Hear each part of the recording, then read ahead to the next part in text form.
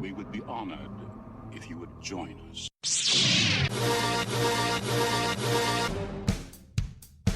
I got a bad feeling about this. You were the chosen one! Help me, Obi-Wan Kenobi. It's a trap! I don't like Sam. It's coarse, rough, and irritating. I am your father.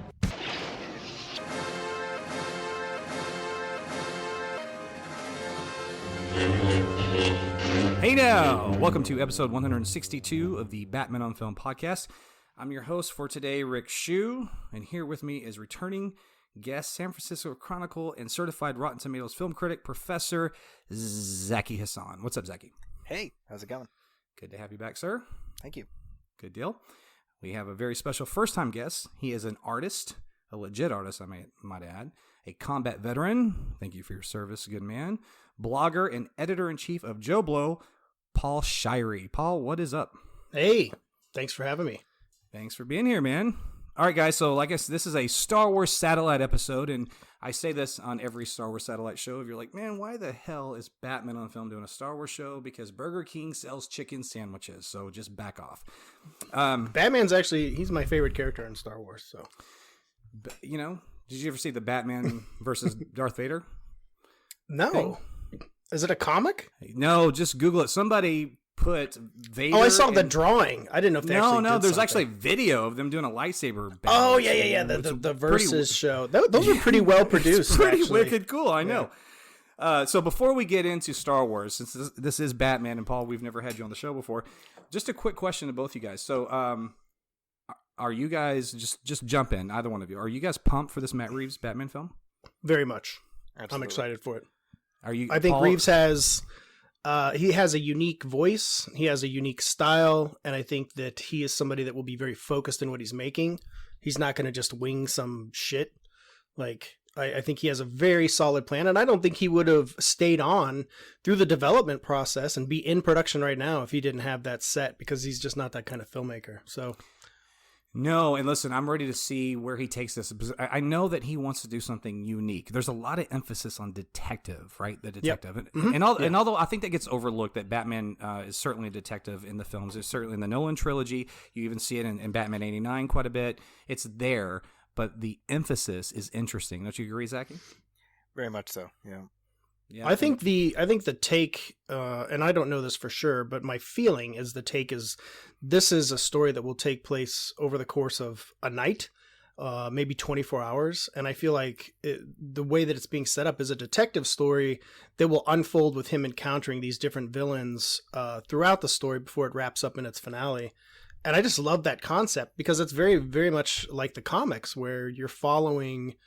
Batman, typically through multiple issues, depending on the story arc, but, you're following him through, typically 1 to 2 nights of something unraveling. And he is, supposed to be the world's greatest detective. So, he's not going to doesn't want to be leaving cases open for, weeks and months and years if he can avoid it. So.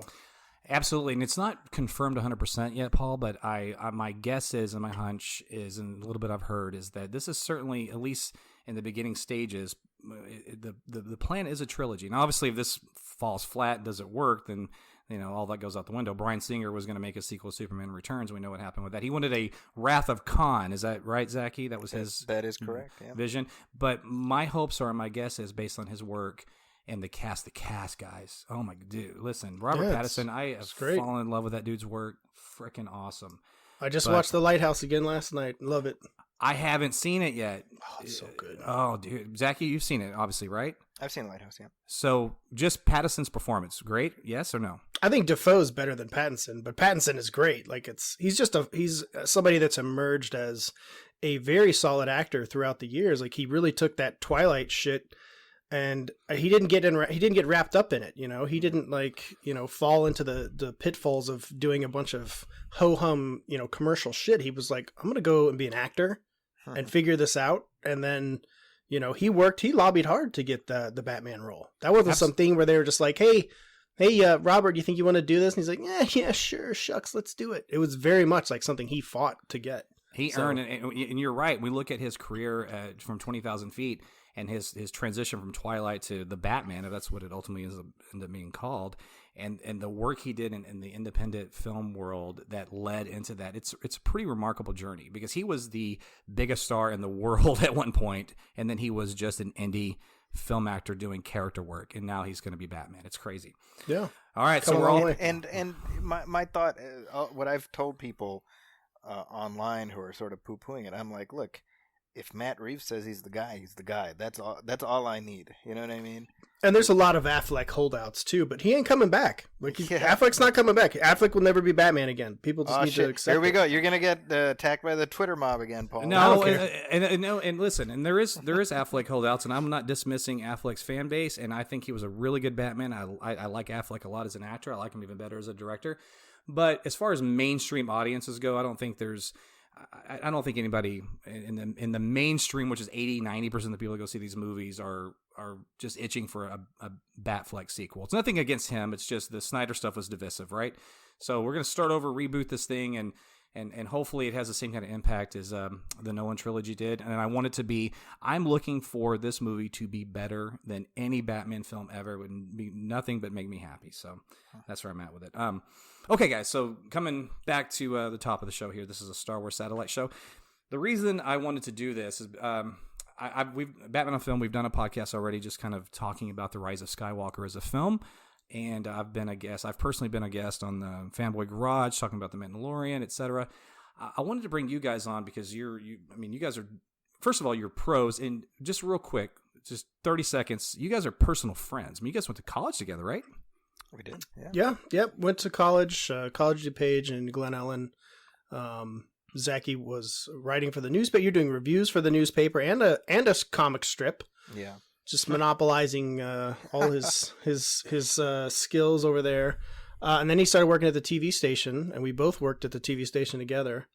And, just formed a friendship, and then we started making films together and hanging out. More accurately, Paul worked at the TV station, and I watched Zaki read comics, watched TV. I watched Paul work.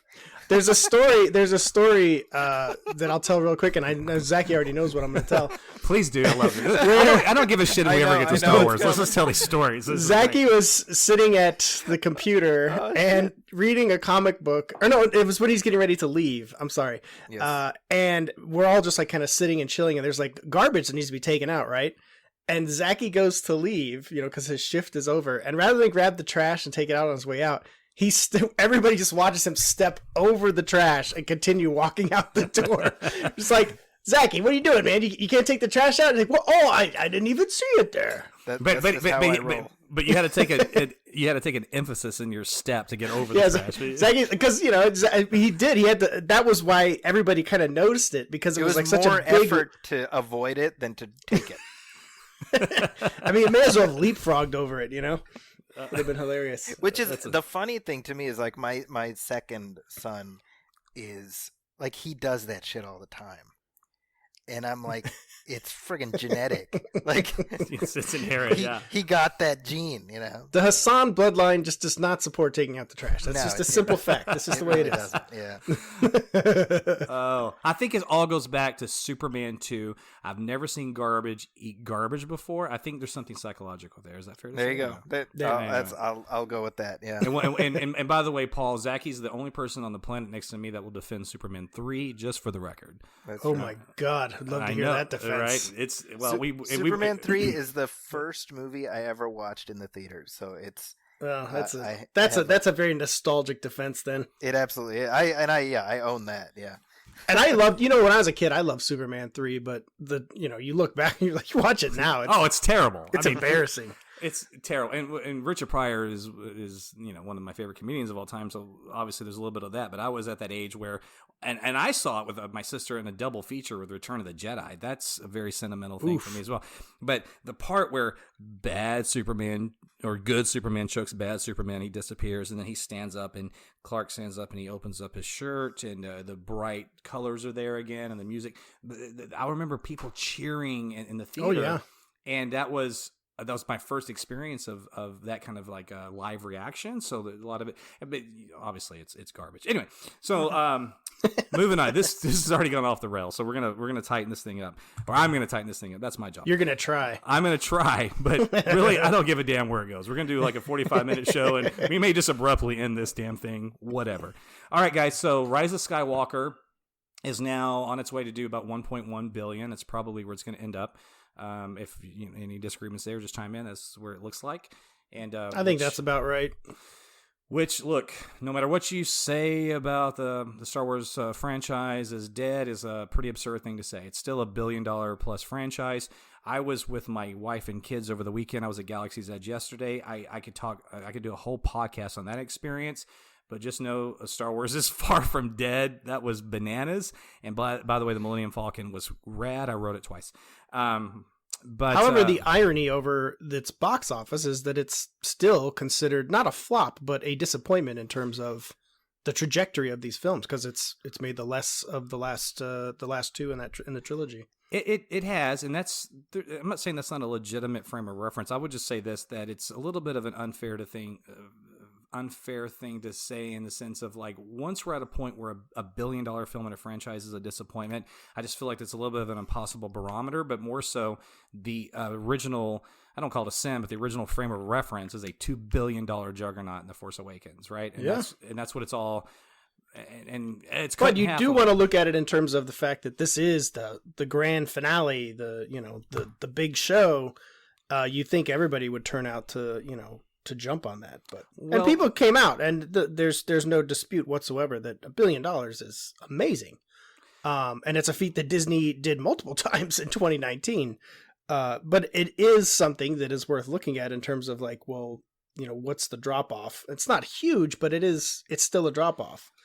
So and those are facts that are undisputed. I guess I would just say this is that it's again, it's the frame of reference is this $2 billion film, and the whole grand finale thing, even though that's how they sold it, and you're obviously you're technically correct, it is the third time that they've marketed a film like that, right? And we also know, and this one's different versus, like, look at Revenge of the Sith, okay? It's the last film. There was nothing on the horizon in terms of live action ever. Yeah, it's true. Right? And in this case, we have The Mandalorian. We have Kenobi coming out. We know there's more Star Wars films coming, and we probably know at the end of the day, it's a little bit of bullshit. There's probably going to be some Skywalker stuff again at some point anyway. So I kind of take that all in consideration. But just to kind of frame this conversation, so now that this is over, so Paul, and I follow you on Twitter, and I know you're I think I have a pretty good idea of your opinions of this of the Disney era of Lucasfilm.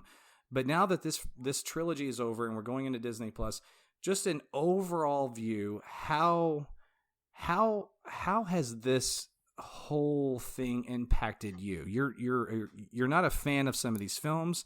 What are your give me your? I know it's a terrible way to phrase a question, but I want to get inside your head. I want to get inside your head. What are your general thoughts on Disney Star Wars? So, I like everybody, I was very excited when I heard there was going to be a 7, 8, and 9, because Lucas always said there's never going to be a 7, 8, and 9, and then all of a sudden there was. And I loved Force Awakens. I thought Force Awakens was great. It was, I also recognized the similarities to A New Hope, and I was fine with that, because you are introducing Star Wars as well as continuing the story to a new group.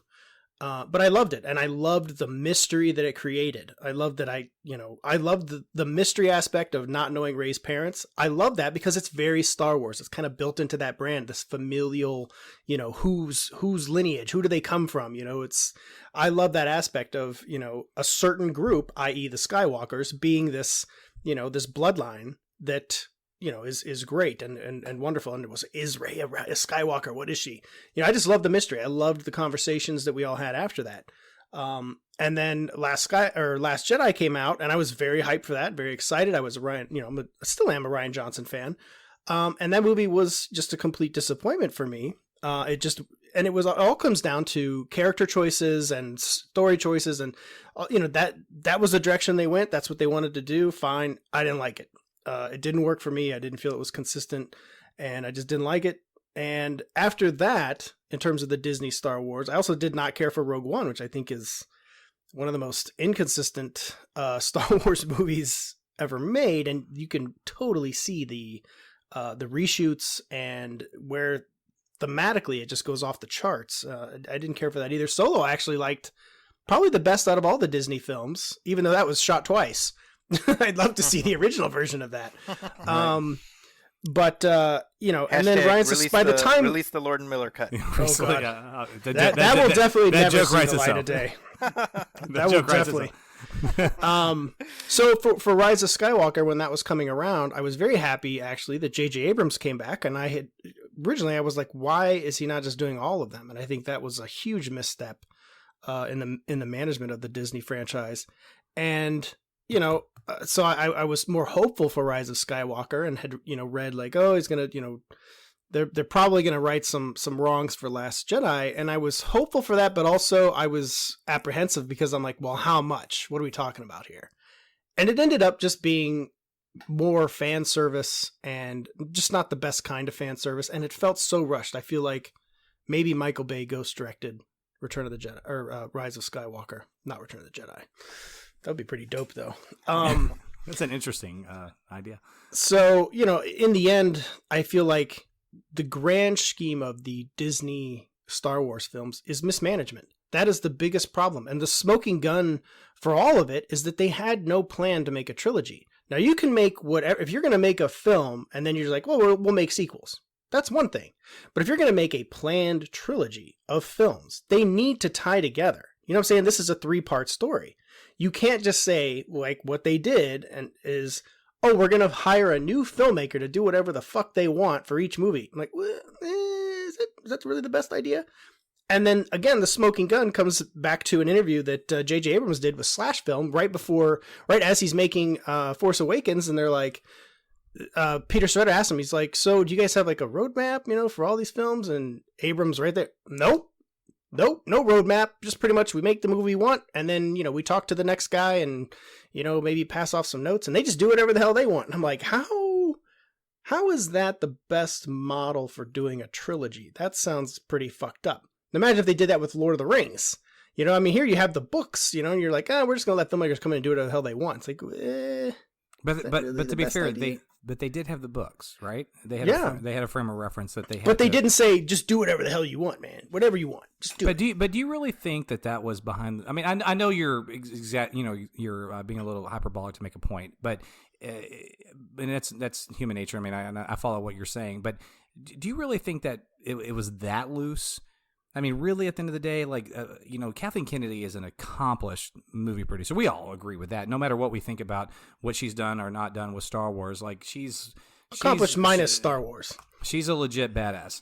And I would respectfully disagree with that, but I can get to that in a second. But regardless of my opinion on Star Wars, Disney, whatever, is that being as accomplished as she is, would she literally just say, oh, whatever, man, you guys do your thing, it'll all come together? I just don't. No, I think that this is the problem that they had, is that they didn't have a roadmap.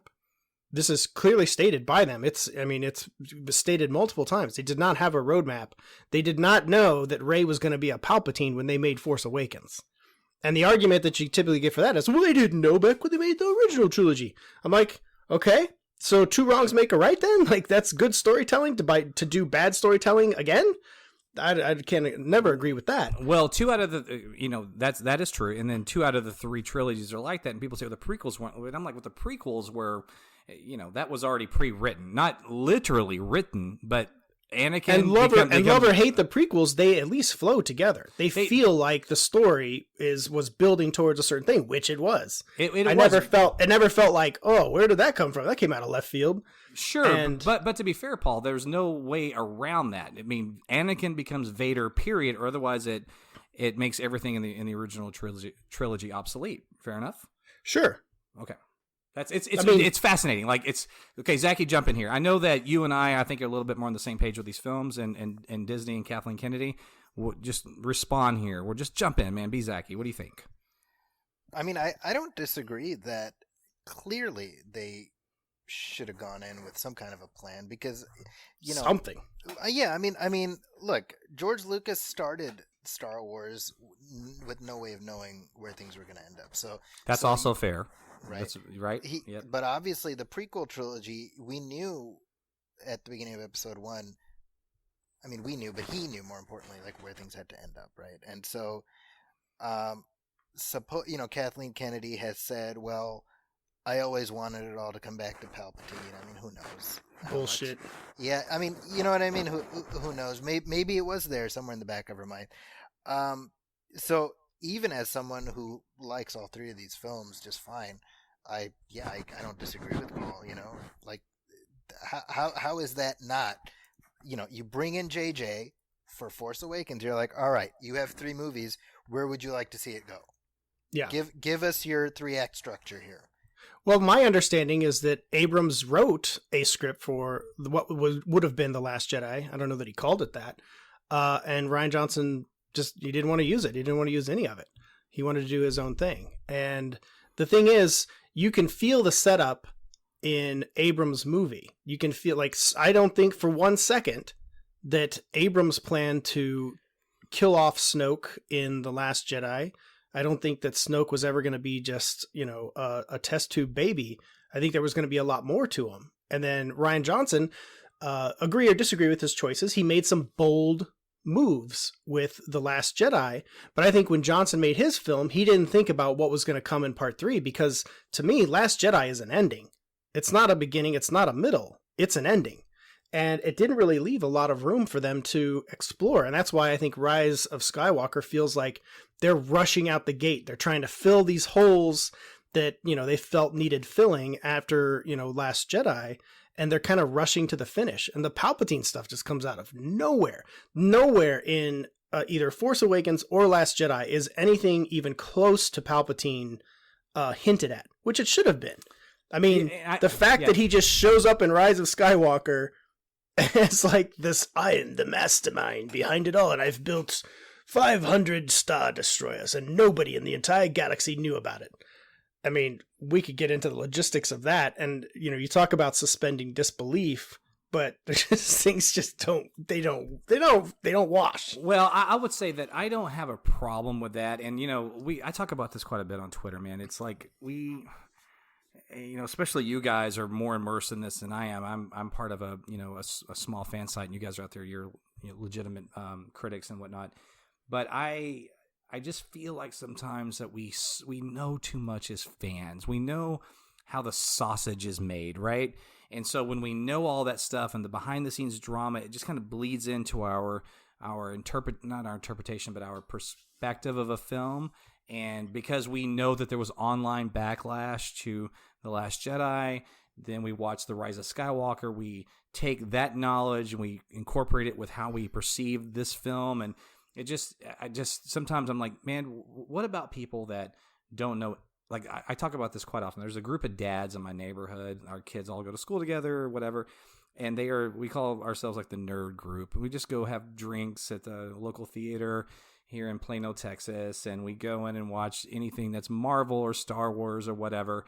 And these guys are they just like, what do you guys think of the new Star Wars movies? Oh, we love them. Love The Last Jedi. I love how Luke says to Rey in The Last Jedi, you went straight to the dark, and then she's a Palpatine. That's awesome. And like to them, it all just like makes sense, right? They're just connecting the dots, and it's just a story because they don't know the behind the scenes. And are we ruining movies for ourselves a little bit because of that? Is that fair to say? I don't think you ruin them. You have a whole different perspective when you know the things that you will eventually learn in this industry, and you're going to glean things. I think you have a broader understanding. I don't know that you ruin it. It depends on your definition of ruin. For me, I just feel like making it not as enjoyable as it should be because how the sausage is made. Maybe it's. But see, for me, the Rise that doesn't really bother me in terms of Rise of Skywalker, but I'm just looking at it in terms of how these films flow, and they don't flow. And to be fair, Paul, you admittedly at the top of the show said you really like Solo, and we all know that was a shit show behind the scenes. So. Yeah, and which is crazy. Fair enough. I mean, like 90% of the movie is shot, and then they go reshoot it.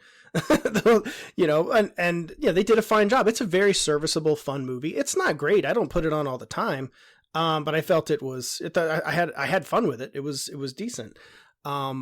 And with something like Rise of Skywalker, you can feel the fact that things were changed. You can feel that they're run. Everybody has said like, oh my God, it moves so fast. They don't take a second to breathe. And it's filled with, very easy contrived plot devices. And Zaki, I'm sure even if you enjoyed it, you can agree to that. Like there's some just one line one-offs like, oh yeah, of course. Yep. We got that message from Palpatine. Yeah, well, that's a good point. Zaki, back. What's your biggest We complaint? got a text. Yeah, no, that's fair. That scene with Poe with Palpatine that took me out of the movie a little bit. Zaki, what do you think, man? I think these films are kind of interesting because obviously, in addition to all the behind the scenes shenanigans, right? There's also this other factor, which is a lot of us go in with our own pre-existing affinity for Star Wars, and yep. For me, this whole, the post-Disney era really has been about, this is my kids' Star Wars, and I'm going to experience it through them. And that, that's maybe it's a cop-out, but for me, that's my joy in these movies, is just sitting back and listening to the kids talk through it like it is all of a piece and it all does fit together. And I'm like, well, shit, I always say this, I'm like, I have my Star Wars. My Star Wars is those 3 movies, and nothing needs to ever match that for me, because I'm never going to be that person at that age experiencing them again. So for me, I look at all of these and I'm like, you know what? It's all fine for me. I go in and I get sort of the accoutrement of the Star Wars universe, and it feels like I'm in this universe. And just, I watched it for the 4th time today. And we're recording on Martin Luther King Day, and like my boys were like, hey, can we go see it again? And it's funny is that they've never watched a movie twice in the theater. And their cousin went, so they're like, oh, we want to go too. So I was like, okay. And so I'm sitting there watching, and this is probably going to be the last time I watch it in the theater. And I'm like, I just like being in this universe. I like, Rick, you were just at at Rise of the Resistance, right? And it's like, what does it do? It drops you into the Star Wars world. Yeah.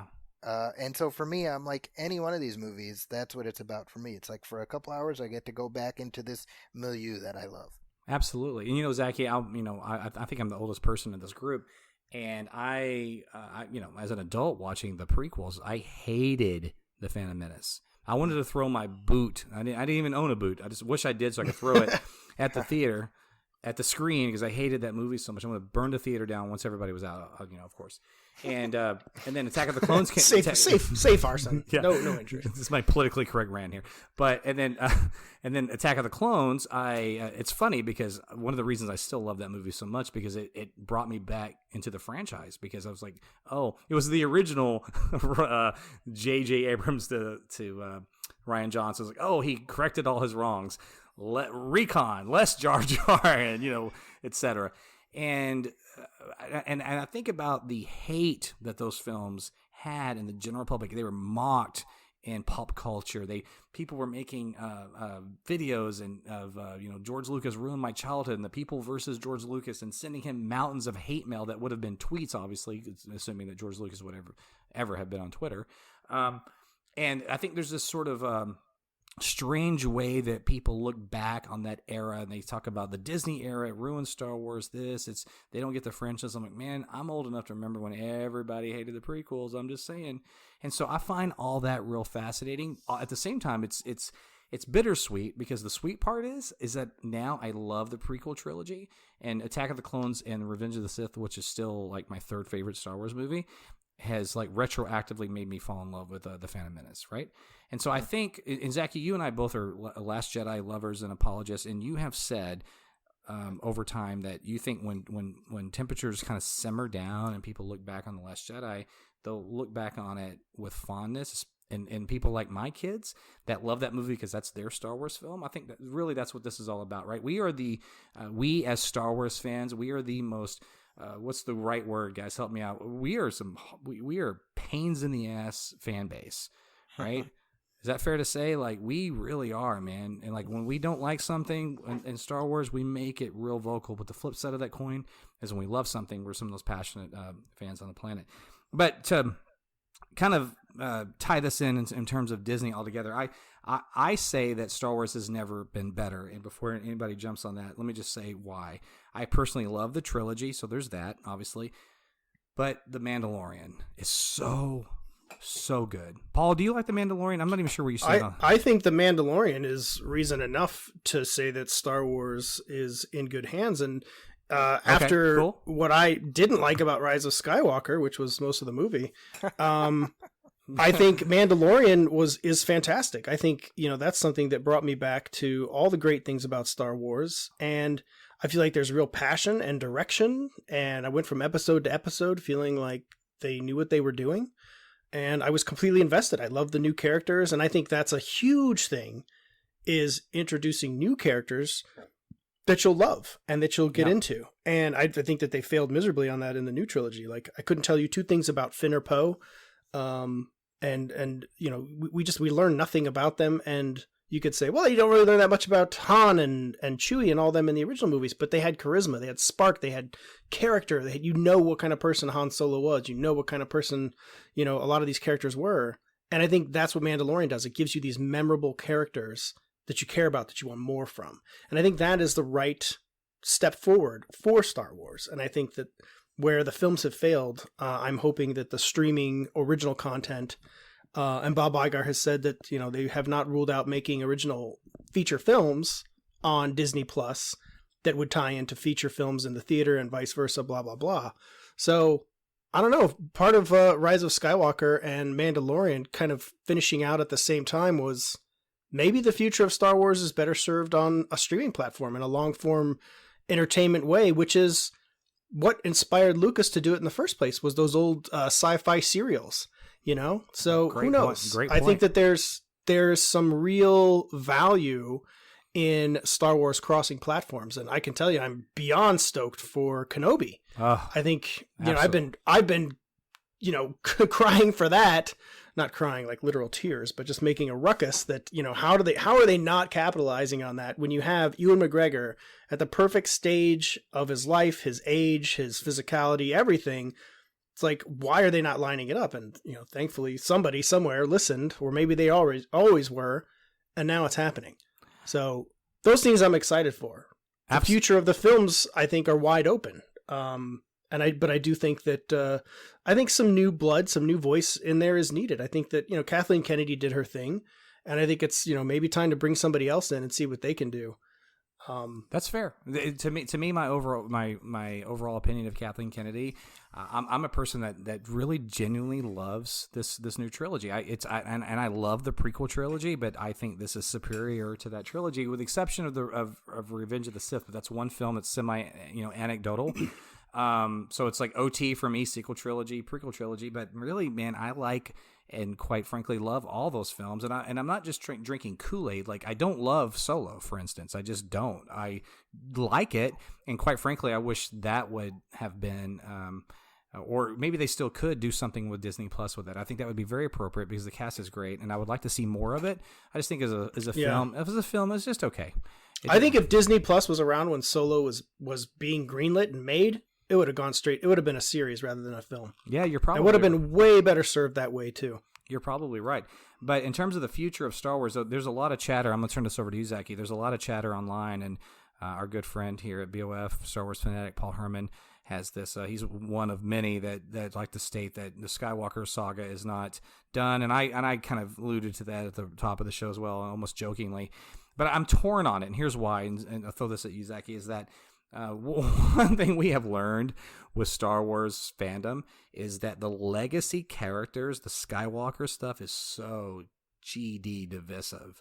And maybe they're just like, you know what, we're done, and it's better suited for us to pursue original material. We can dip our toe in stuff like Kenobi, right? Because there's prequel haters, there's prequel lovers, but not either party don't agree that Ewan McGregor was a badass Obi-Wan Kenobi, and neither party don't agree that Obi-Wan Kenobi's a badass character. So that works. Out of the gate, everybody's on board. It's like the one thing that kind of unites Star Wars fandom. But I personally just not quite sure if they're going to go down that road again. But as long as they don't put Kenobi on an island and make him a cranky old hermit, then I think we'll be good. It's fascinating. Just real quick, Paul, do you think we're going to see Darth Maul in this? I don't see how they're not considering that. I don't either. Listen, here's you put me. You're like, hey, Paul, we're anointing you to be showrunner of Kenobi. Mm-hmm. I mean, I wouldn't even give it a second thought. Not even just a personal preference, but like as one that is something that everybody would want to see. You know, there's a big difference between fan service and then just doing your fucking job. And like people want to see that. Right. You know, they showed it in the Clone Wars. It's built up. It's something it was in Rebels. People will love it. And they've already basically revived Darth Maul in that time frame. Everything is aligned. With so Solo. if they're not thinking about it, or actively pursuing it, they are fucking crazy. No. Like that has got to be a gimme. I agree. I would love to see flashback stuff with Anakin and Obi-Wan only because I feel like that some of the stuff with them as friends, although it was great in Revenge of the Sith, we needed more of that in the prequel trilogy. They could do that. Just like basically, Zaki, you have framed that so perfectly that you have stated that Clone Wars, I'm paraphrasing, did a lot of the heavy lifting for the prequel trilogy. Is that fair? You said that, right? Yeah, that's right. And then you also it goes back to that whole thing about, I think Star Wars works better on the whole in this like short form, not even short form really. If you think about it, The Mandalorian is just a big long movie. And this just gives them more time to invest in the characters, the environment, everything. Whereas you look, to me personally, for Rise of Skywalker, it moves so fast. You don't get a second to breathe. Fair enough. But in the TV show, you do. Like, there's so many scenes where Mandalorian, it's like, they're just taking a minute to, like, speak. There's no lasers. There's no space chase. Like, they're just talking. You know, and then it also allows some time for some genuine humor and some genuine humanity and stuff like that. So. Yeah, I 100% agree. And I would also argue, to defend the prequels, the first time and only time outside of The Mandalorian, in my personal humble opinion, that we saw that was Anakin and Palpatine in the opera and Revenge of the Sith. Yeah. Yep. Anyway, so Zaki, turning this over to you real quick. So actually, I'm going to pause. You and I love The Last Jedi. It's one of my favorite Star Wars films. I think it's a beautiful work of art. Yeah. Is the divisiveness? I can't quite say that word. Sorry, but you know what I'm trying to say. Was it worth? And maybe what we got with Rise of Skywalker is that film worth it? Right. I mean that's to some extent that's an unanswerable, right? I think that what The Last Jedi had to compete with is among many people, among some of the most strident haters, right? The whole "not my Luke" crowd or whatever. Hi there. Oh, there you go. Well, I wouldn't. Right, real fast. I would Zaki, have you in it. I'll never forget Zaki tweeting that meme. It was like all the legacy characters, and they were like, and they were on the Millennium Falcon, and they were on like Rise of Skywalker. It was all real like cheesy, over the top fan service, and like, would you guys want that? You said that, Zaki, and Paul, you chimed in. This was probably 2 or 3 years ago. Just never left. And Paul chimed in, like, I would have loved that. Something, yeah. It was I think that was the genesis of this podcast. Anyway, Zaki, go ahead. I'm sorry. I certainly wouldn't lump Paul in with some of the most kind of ridiculous people. Oh no! I wasn't suggesting that at all. It was a funny moment. No, I'm letting Paul know, but I think it had to compete with 30 plus years of the adventures of Luke Skywalker that we were all waiting for, and so I don't think people are wrong to be like, I didn't get that. I think that's natural, and that's just, I personally went through, I said this about the movie as I was watching it, I kind of made this realization where I was like, oh, this is Girl Meets World, this trilogy. I was like, my trilogy is Boy Meets World, and when Girl Meets World first started, I was like, oh wow, more Corey and Topanga and Mr. Feeney, and then you watch it, and you're like, oh wait, no, they're like occasionally showing up, but it's about these people, and I just got to be okay with that. I think people watching the films, growing up with the films, they're not going to have that hurdle to get over emotionally. So my gut tells me that it's not going to be divisive for the people growing up with it. There's no way of knowing with certitude, but I would assume that, I just think there isn't that 30 years of build up, and I think to some extent, this is something I talked with Brian about on our show, is Star Wars is sort of this interesting phenomenon where every generation has a completely different experience with it. And the comparison I would make is like, it's like Back to the Future, right? Or as a contrast. Back to the Future is those three movies. And no matter who you are, when you watch it, it's going to be those three movies, right? You're like, what's Back to the Future? Oh, it's Doc, Marty, it's DeLorean. Star Wars, depending on who you ask and when you ask, it's something, they'll tell you something different. Yeah. Right. Does that make sense? Absolutely. Everybody has a take. Yeah. And one thing to expand on there, Zaki, for you, for the Luke Skywalker thing, I think a lot of people overlook the fact that after Return of the Jedi, after the movie came out and Lucas said, no more, never again, Luke Skywalker's adventures continued in book form, comic form, games, all kinds of stuff. And he had a character that was built into a specific person. And I think that's something else that informed, and, we say, oh, just the casual Star Wars fans, but even casual Star Wars fans are pretty passionate Star Wars fans.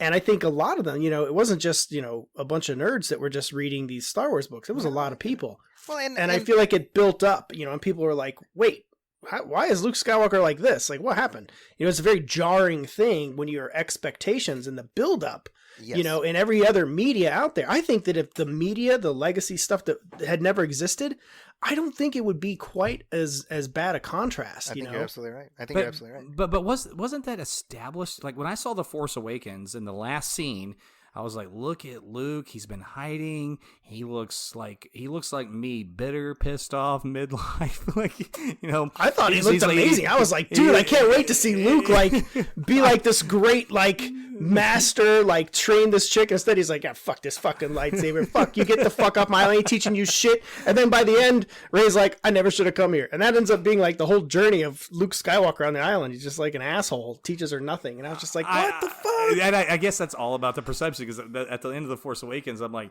what? I mean, he's me. He's all cynical and bitter and gray. But he doesn't talk at the end of Force Awakens.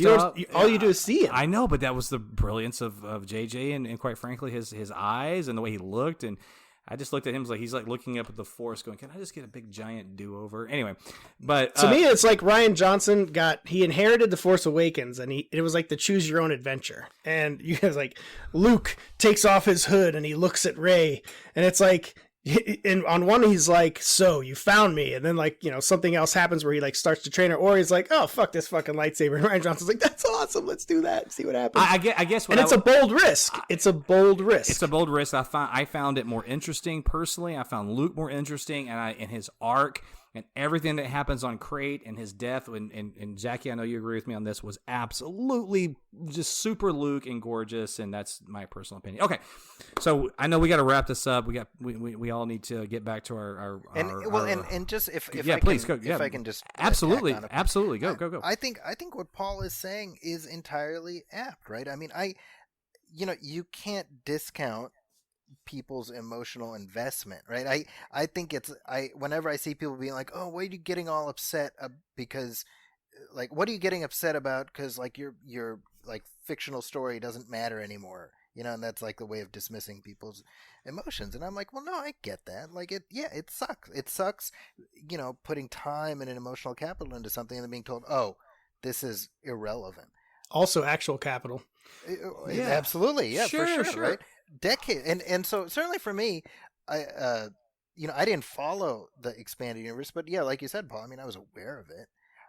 But for people who really put that was their concept of Luke continuing. Yeah, it sucks, Yeah. And, I mean, you had characters that were very like Mara Jade. Yeah, sure. You had their kid. I have the Star Wars character book, right? And you have all these great characters, like the Offspring. Luke has kids. Han Solo and Princess Leia have kids. Just they only have one in the new trilogy, but there's this whole lineage, and whole thing and they're, to be fair, not all their kids grow up to be great. They're not they're all just good guys. They dabble with the dark side. They pluck little pieces of it. But I think you have a whole generation that never counted on a 7, 8, and 9, and they lived those movies through the books, through the expanded material, and then Lucasfilm gets bought by Disney. Disney with their Imperial mouse, fists, fuck that shit.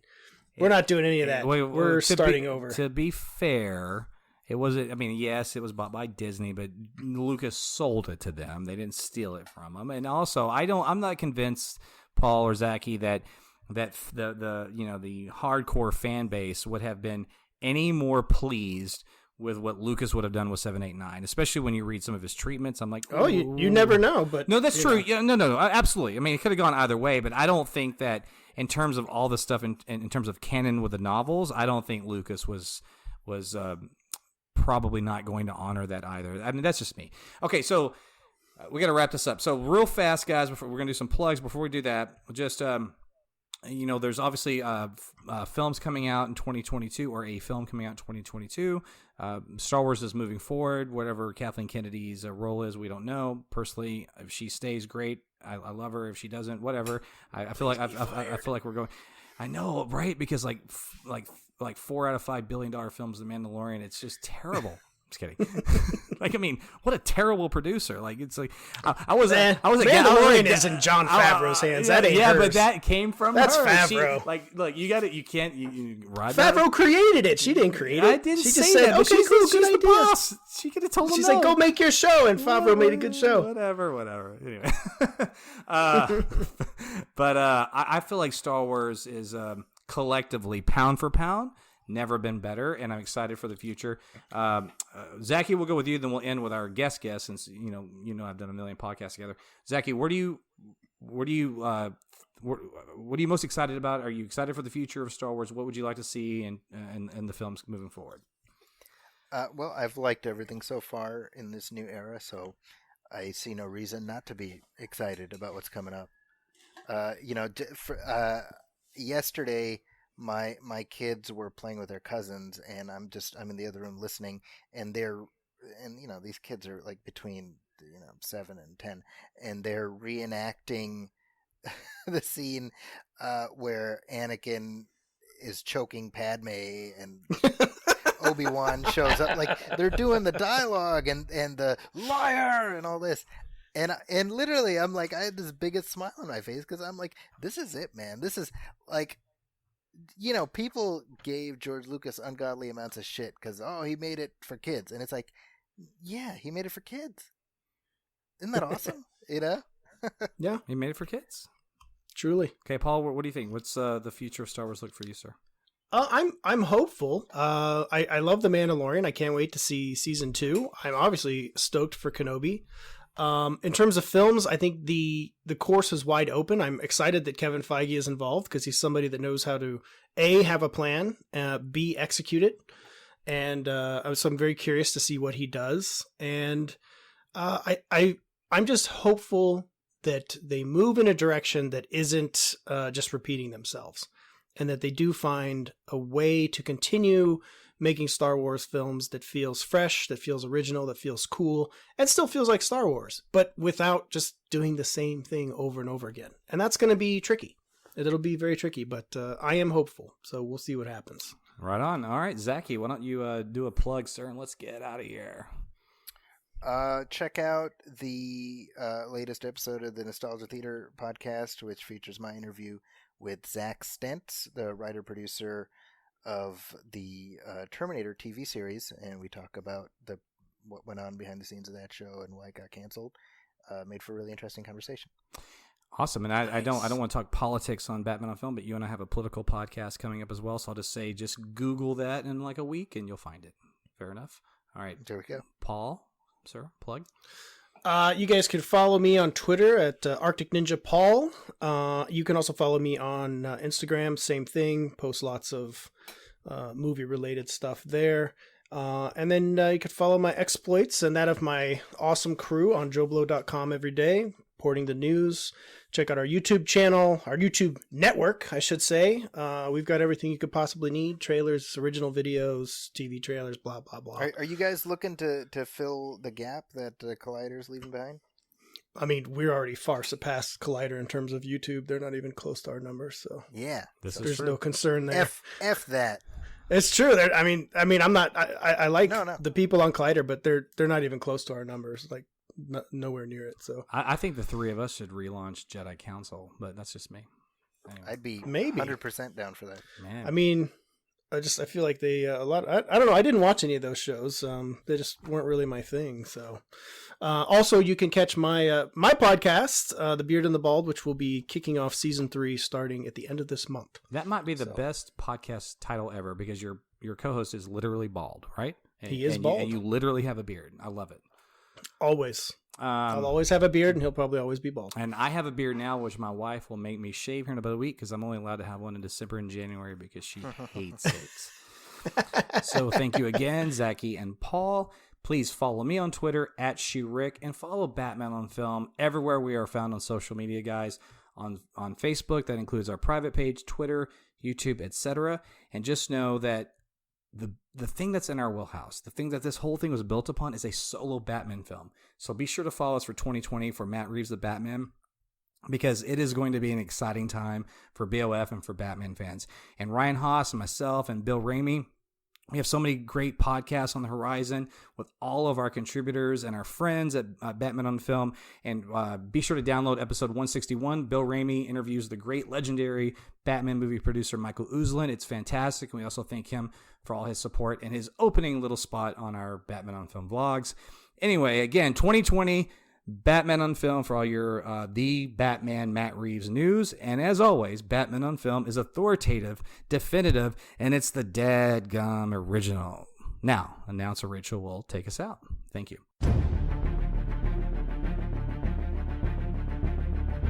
Hey now! You've been listening to the Batman on Film podcast, a proud member and the sponsor of the Batman Podcast Network, BatmanPodcastNetwork.com.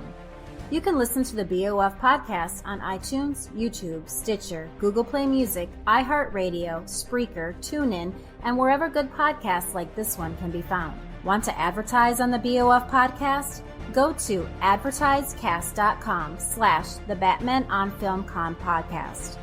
Follow Jet on Twitter @Batman on Film and on BOF's Facebook fan page at facebook.com/jet.batmanonfilm. Email Jet via jet@batman-on-film.com.